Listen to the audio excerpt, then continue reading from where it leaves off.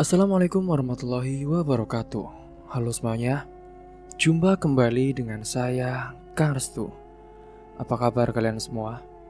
Semoga kalian selalu sehat, baik, dan tentunya dimudahkan segala urusannya oleh Tuhan Yang Maha Esa. Amin, amin, ya rabbal alamin. Oke, seperti biasa kali ini saya akan menceritakan sebuah kisah horor, melanjutkan cerita yang kemarin. Oke, sebelum masuk ke ceritanya, bagi kalian yang baru bergabung, jangan lupa klik tombol subscribe-nya. Klik juga lonceng notifikasinya serta like video ini, agar kalian tidak ketinggalan cerita-cerita terbaru dari channel kami. Oke, terima kasih. Dan langsung saja tanpa berlama-lama lagi, bagaimana kisahnya? Ini dia ceritanya. Keesokan harinya setelah dia mulai melakukan rencana aksinya, yaitu meracun suaminya, keadaan di rumah Miska semakin sunyi. Ali terbaring di tempat tidur dengan tubuh yang semakin lemah. Ia tidak tahu apa yang terjadi dengan dirinya. Hanya saja, setiap hari tubuhnya terasa semakin tidak berdaya.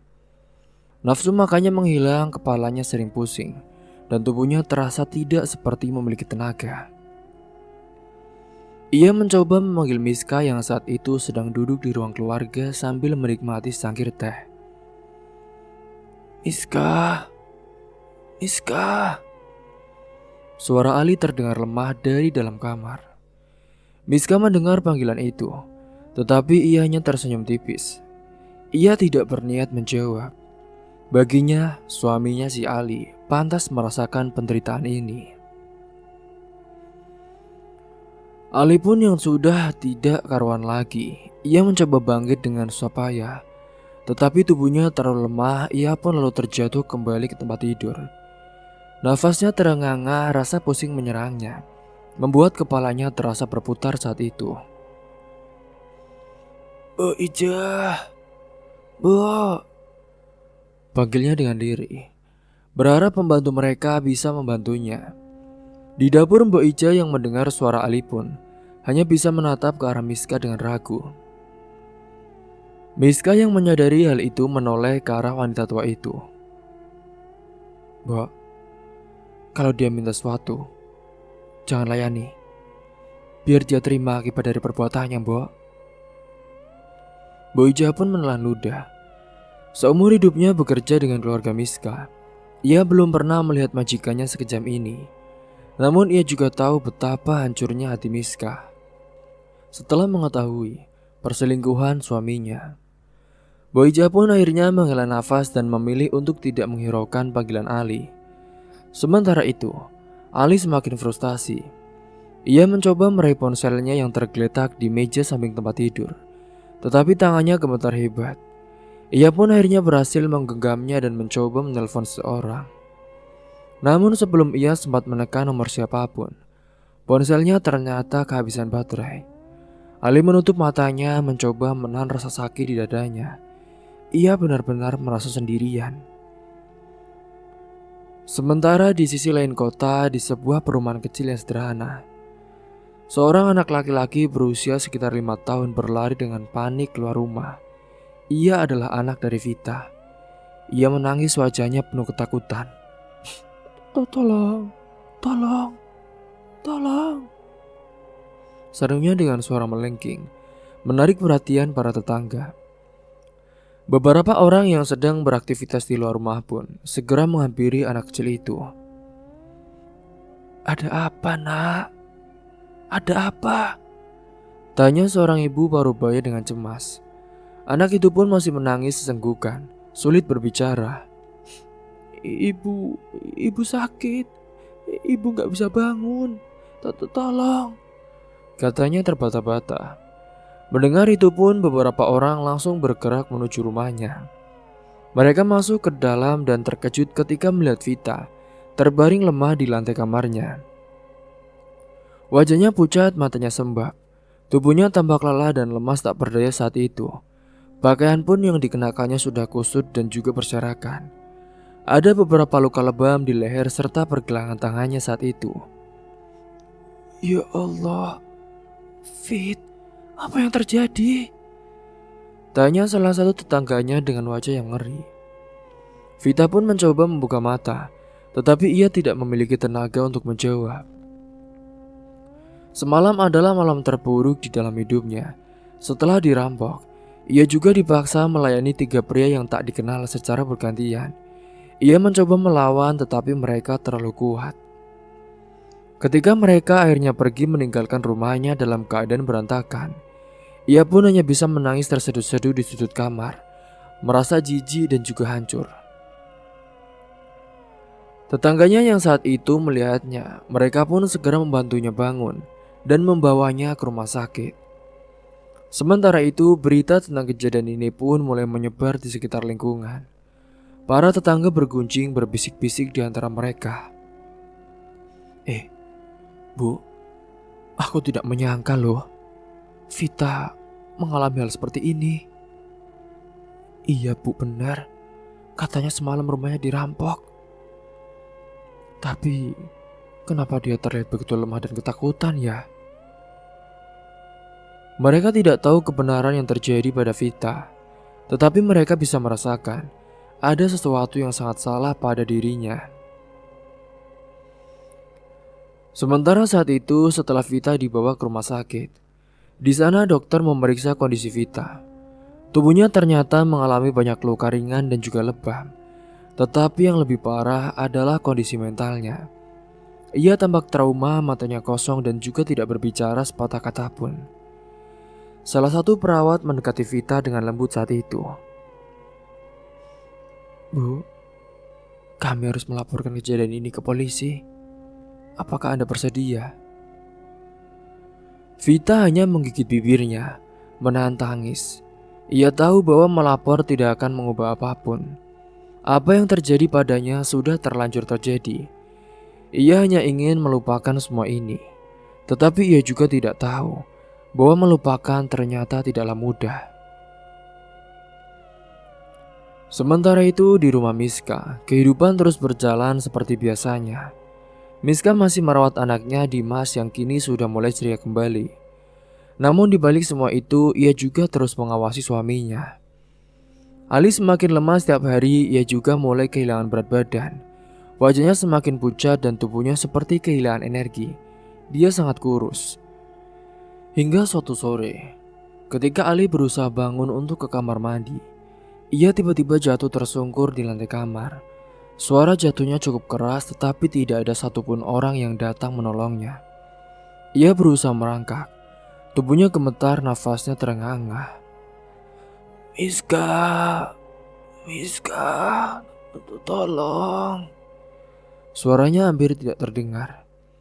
Miska yang saat itu berada di kamar sebelah pun mendengar suara itu. Namun ia tentu saja hanya diam, membiarkan suaminya merasakan penderitaan yang ia rancang dengan begitu sempurna.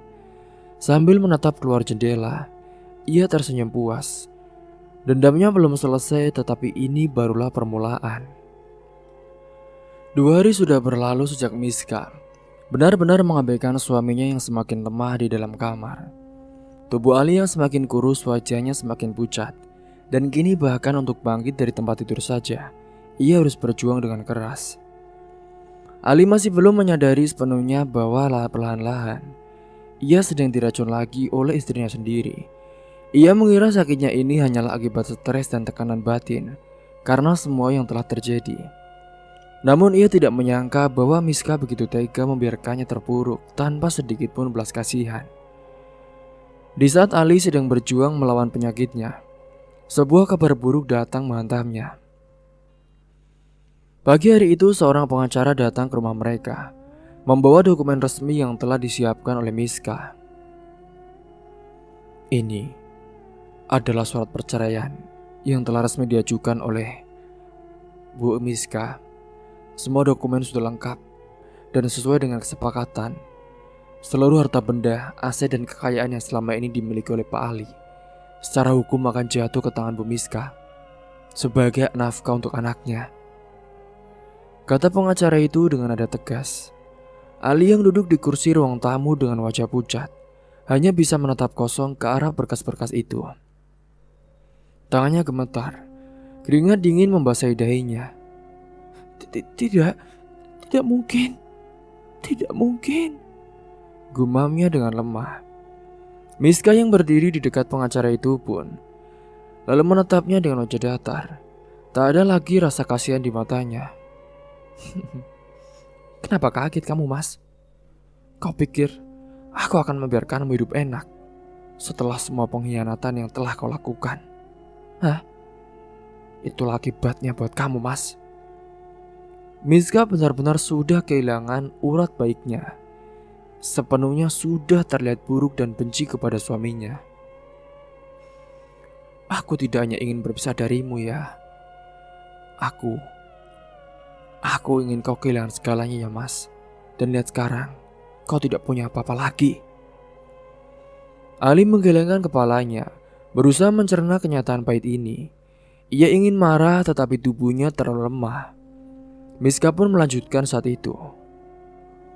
Rumah ini, mobil, dan juga semua tabungan yang ada di rekening bersama kita, sekarang semuanya milikku. Aku tidak akan membiarkan anakku hidup kekurangan hanya karena ayahnya seorang pengkhianat. Aku ingin dia melupakan ayahnya. Ali menatap Miska dengan wajah penuh keputusan. Tapi Miska, aku menyesal. Maafkan aku Miska, tolong aku mohon, maafkan aku, katanya dengan suara parau. Miska hanya tertawa kecil. Menyesal. Menyesal kau bilang. Penyesalanmu tidak ada artinya sekarang, wahai Mas. Hari itu juga dengan bantuan pengacaranya, Miska menyelesaikan proses perceraian dengan cepat. Ali yang masih shock dan juga lemah tidak bisa berbuat banyak. Semua harta dan juga kekayaan yang dulu ia nikmati kini lenyap dalam sekejap saja. Setelah proses perceraian selesai, Miska tidak membiarkan Ali tinggal di rumah itu lebih lama. Ia pun memerintahkan beberapa orang untuk mengeluarkan semua barang-barang pribadi milik Ali dan juga mengantarkannya keluar dari rumah itu. Namun masalah Ali tidak berhenti sampai di situ. Saat ia mencoba pulang ke rumah keluarganya untuk mencari tempat bernaung, ia juga justru mendapatkan kenyataan yang lebih pahit. Kedua orang tuanya yang dulu selalu ia banggakan kini menolak untuk menerimanya kembali. Kamu mau apa, Ali? Kami sudah tidak punya anak seperti kamu, kata ayahnya dengan dingin. Ali yang masih berdiri di depan pintu rumah orang tuanya pun terkejut mendengar kata-kata itu. Tapi ayah, ibu, ini aku Ali, katanya dengan suara lemah. Ibunya hanya menatap dengan kecewa. Dulu kau sangat sukses, kau bahkan tidak pernah menengok kami, nak. Kau sombong, merasa tidak butuh keluarga. Sekarang setelah kau jatuh, kau baru ingat kami. Dulu, dengan mudahnya, kau juga mencaci kami, membuat malu kami. Itu akibatnya untuk anak durhaka seperti kamu. Ali tidak bisa berkata apa-apa lagi. Ia sadar bahwa semua perkataan orang tuanya benar. Dulu saat ia masih berada di puncak kejayaan, ia jarang pulang. Ia terlalu sibuk dengan kehidupannya sendiri, terlalu menikmati dunia barunya bersama Vita, dan juga terlalu sombong untuk mengingat keluarga yang pernah membesarkannya. Dan kini saat ia sadar tidak memiliki apa-apa lagi, orang tuanya pun sudah tidak mau menerimanya kembali. Kamu sudah bukan bagian dari keluarga ini, Ali. Pergi, kata ayahnya sebelum menutup pintu rumah mereka dengan keras. Ali terdiam di depan rumah itu selama beberapa saat.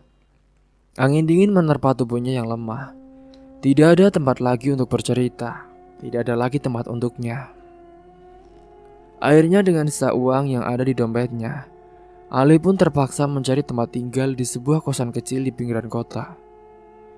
Dari seorang pria kaya raya yang tinggal di rumah mewah, kini ia terdampar di kamar kos yang sempit dan juga pengap. Sementara di tempat lain nasib Vita pun semakin tidak karuan.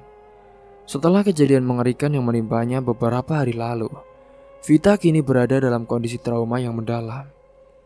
Ia tidak lagi berani keluar rumah. Ia bahkan takut untuk sekedar berbicara dengan orang lain. Setiap malam, ia sering terbangun dengan tubuh gemetar, mengingat kembali apa yang terjadi pada dirinya. Para tetangga yang dulu sering berbicara dengannya pun kini mulai menjauh. Mereka tidak ingin terlibat dengan masalah Vita yang semakin hari semakin memburuk. Mereka hanya peduli dengan anaknya yang masih kecil, membantunya. Hingga kini rumahnya yang dulu rapi dan tertata, semuanya sudah berantakan. Tak ada lagi senyum manis di wajahnya. Tak ada lagi pesona yang dulu menarik perhatian banyak pria. Ia bahkan tidak lagi bisa menatap wajah anaknya sendiri. Setiap kali melihat anaknya, ia merasa bersalah. Ia telah merusak segalanya akibat sudah bermain api dengan orang lain. Kini Ali dan Vita, dua orang yang dulu merasa dunia ada di genggaman mereka, kini jatuh dalam jurang kehancuran yang mereka ciptakan sendiri. Sementara itu di rumahnya Miska hidup tenang bersama anaknya. Ia tidak lagi memikirkan Ali atau Vita. Baginya ini adalah pembalasan yang setimpal. Dan kini, ia siap untuk menjalani hidup baru tanpa bayang-bayang pengkhianatan. 1 bulan setelah perceraian, kehidupan Ali benar-benar berubah drastis. Ia yang dulu perlu berhidup bergelimang harta, memiliki keluarga bahagia, istri setia dan anak yang mencintainya, kini hanyalah seorang pria yang terlunta-lunta tanpa arah.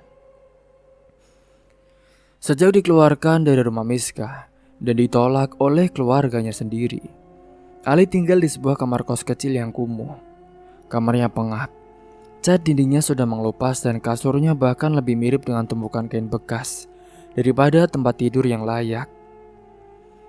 Hari-harinya diisi dengan kesepian dan juga penyesalan. Setiap malam ia terbangun dengan keringat dingin, dihantui oleh kesalahan yang telah ia perbuat. Bukannya ia bertobat, namun tetap saja, namanya orang yang sudah terlanjur berdosa, dia malah menyesalinya tanpa melakukan aksi untuk tobat. Ia mengingat bagaimana dulu ia memiliki segalanya, tetapi karena keserakahan dan juga pengkhianatannya, kini ia kehilangan semuanya. Pekerjaan pun tidak lagi berpihak kepadanya. Setelah berita perselingkuhannya terbongkar, reputasi Ali hancur total. Perusahaan yang dulu ia pimpin tidak lagi mau menerimanya kembali. Semua koneksi bisnisnya perlahan-lahan menghilang. Tak lagi ada teman, tak ada lagi orang yang peduli kepadanya. Bahkan ketika ia mau menghubungi Vita, ia sudah tahu bahwa Vita sekarang sudah gila, stres, mungkin akibat dari perbuatan mereka. Jadi dia akan menghilang dan menjauh dari Vita. Bahkan kini hari demi hari ia lalui dengan hanya mengandalkan uang simpanannya yang semakin menipis. Ia sering duduk di warung kopi pinggir jalan, menatap kosong ke arah lalu lintas yang sibuk. Dalam benaknya hanya ada satu pertanyaan. Kenapa hidupku jadi begini? Namun jawabannya selalu kembali ke dirinya sendiri. Semua ini adalah akibat dari perbuatannya sendiri. Hingga suatu malam saat Ali duduk di kamarnya yang gelap dengan sebotol minuman di tangannya, tubuhnya semakin kurus. Matanya cekung, wajahnya penuh dengan ekspresi putus asa. Ia melihat pantulan dirinya di cermin kecil yang retak. Lihatlah dirimu sekarang, Ali. Lihatlah, gumamnya. Ia merasa seperti orang asing bagi dirinya sendiri. Tak ada lagi sosok pria berwibawa dengan jas mahal dan juga mobil mewah. Yang tersisa hanyalah bayangan dari seorang yang pernah memiliki segalanya dan kemudian kehilangan semuanya. Dalam pikirannya, satu-satunya jalan keluar dari penderitaan ini adalah mengakhiri hidupnya. Dengan dipenuhi oleh pikiran buruk dan gangguan dari setan yang menguasai seluruh badannya, pada suatu malam yang dingin, Ali berjalan dengan langkah gontai menuju jembatan rel kereta api yang sepi. Malam itu suasana begitu sunyi, hanya terdengar suara angin yang berhembus dengan pelan. Ia berdiri di tepi jalan, menatap rel yang terbentang di bawahnya. Kalau aku tidak ada lagi, mungkin semuanya akan lebih baik, bisiknya kepada dirinya sendiri. Tak lama kemudian terdengar suara gemuruh dari kejauhan. Lampu kereta terlihat semakin mendekat. Sinarnya menusuk gelapnya malam. Ali menutup matanya, menarik nafas dalam-dalam lalu melangkahkan kakinya ke rel. Beberapa detik kemudian, suara benturan keras pun menggema di malam yang sunyi. Hingga di saat itu, keesokan harinya, berita mengenai seorang pria yang mengakhiri hidupnya di rel pun tersebar dengan luas. Polisi sudah menemukan identitasnya, dan tak butuh waktu lama bagi kabar tersebut sampai ke telinga Miska. Saat mendengar berita itu, Miska hanya terdiam. Tak ada air mata, tak ada ekspresi kesedihan di wajahnya. Hanya satu kata yang keluar dari bibirnya. Air yang pantas. Hingga setelah itu pun, jenazah dari Ali langsung dibawa ke rumah duka, di mana dibawa ke keluarganya. Mereka langsung menguburkan jenazah itu. Sementara di sana, semuanya hening. Ibunya sudah menduga anaknya yang seperti itu, namun tetap ada kesedihan di dalam hatinya. Namun, keluarga mereka pun segera melupakan ini semua dan melanjutkan hidup seperti biasa. Sementara itu di tempat lain, Vita juga mengalami penderitaan yang semakin parah. Sejak kejadian tragis yang menimpanya, mental Vita semakin terguncang. Ia tak lagi bisa membedakan antara kenyataan dan juga ilusi. Tubuhnya semakin kurus, rambutnya kusut dan matanya kosong, seperti orang yang telah kehilangan jiwanya.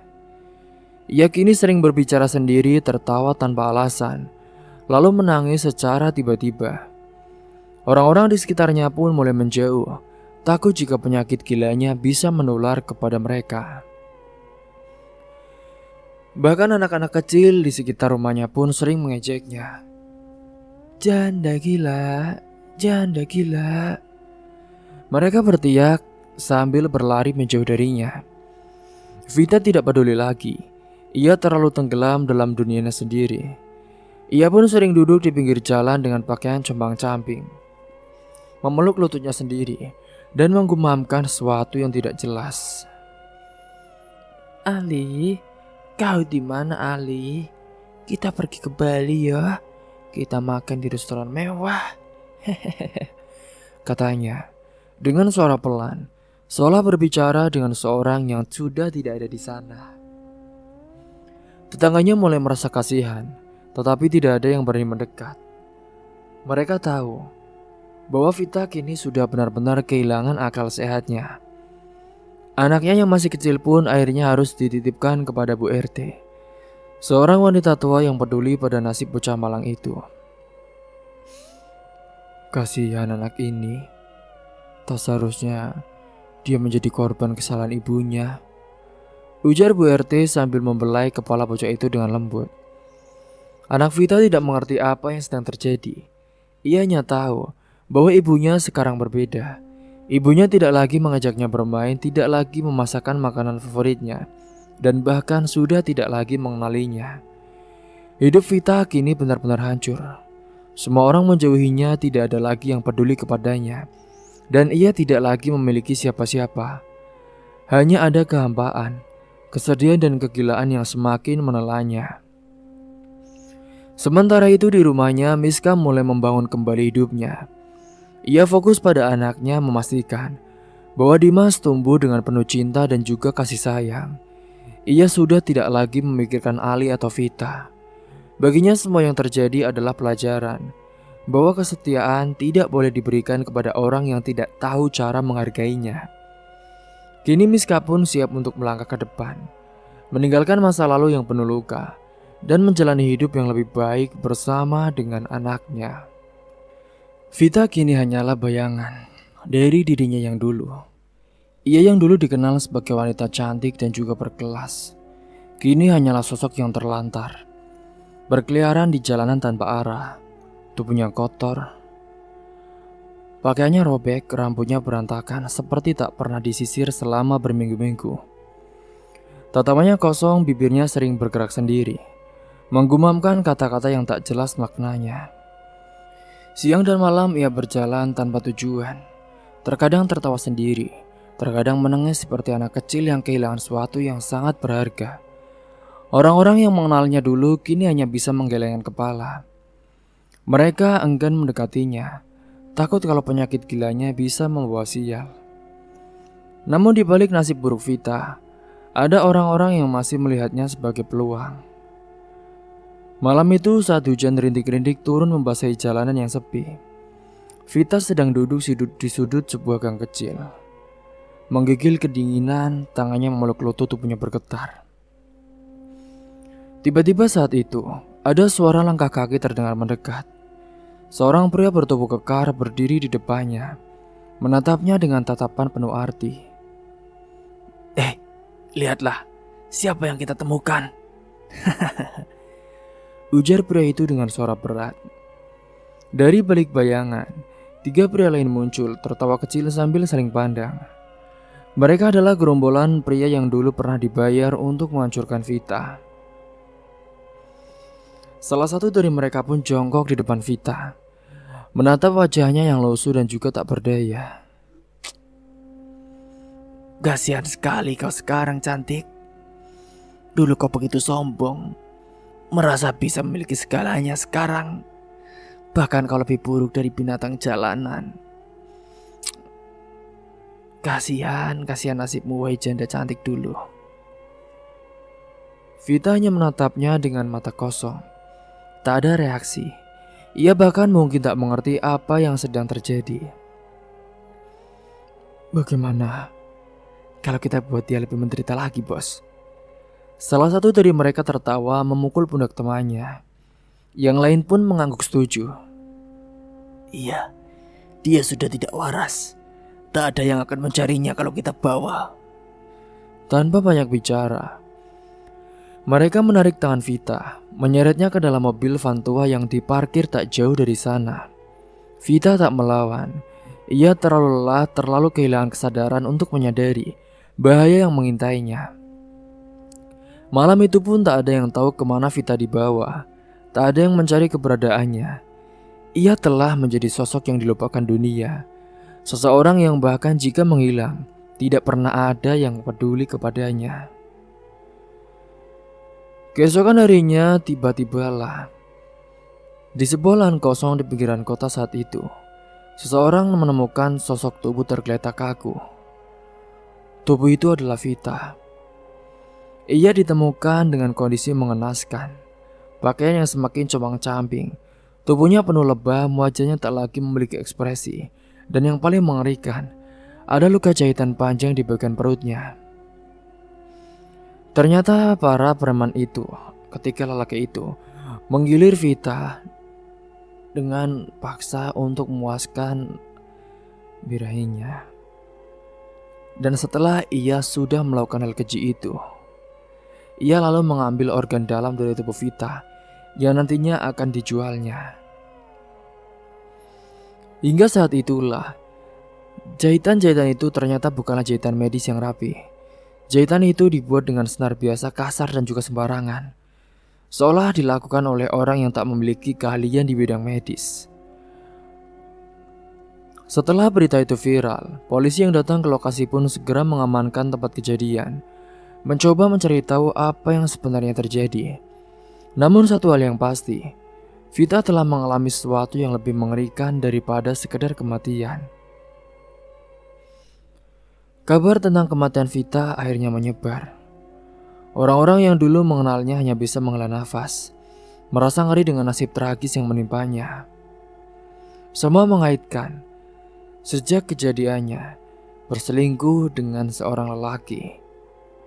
Kini hidup di Vita benar-benar berubah 360 derajat. Namun bagi sebagian orang lagi, ada juga yang mengatakan kematian Vita hanyalah akhir dari karma yang seharusnya ia terima. Sementara itu di tempat lain, Miska duduk di ruang tamunya menikmati secangkir teh hangat. Ketika kabar tentang Vita sampai ke telinganya, Ia hanya tersenyum tipis. Tak ada kesedihan, tak ada rasa kasihan. Baginya ini adalah air yang pantas bagi seseorang yang telah menghancurkan rumah tangganya. Dia juga dulu sudah membuat anaknya menderita. Dan kini dendam itu benar-benar balasannya menghadapi kepada orang yang sudah melakukannya. Ia menutup matanya sejenak, menghela nafas panjang. Kini semuanya sudah berakhir. Tak ada lagi Ali, tak ada lagi Vita. Dan ia bisa menjalani hidupnya dengan damai, tanpa bayang-bayang masa lalu yang telah mengantuinya. Cerita pun tamat. Semoga dari kisah ini, kalian semua bisa mengambil hikmah dan pelajaran. Tentunya saya mengucapkan mohon maaf apabila ada salah kata ataupun ucapan yang kurang berkenan bagi kalian semua. Sampai jumpa di cerita-cerita yang menarik dan terbaru lainnya dari kami. Akhir kata, wassalamualaikum warahmatullahi wabarakatuh.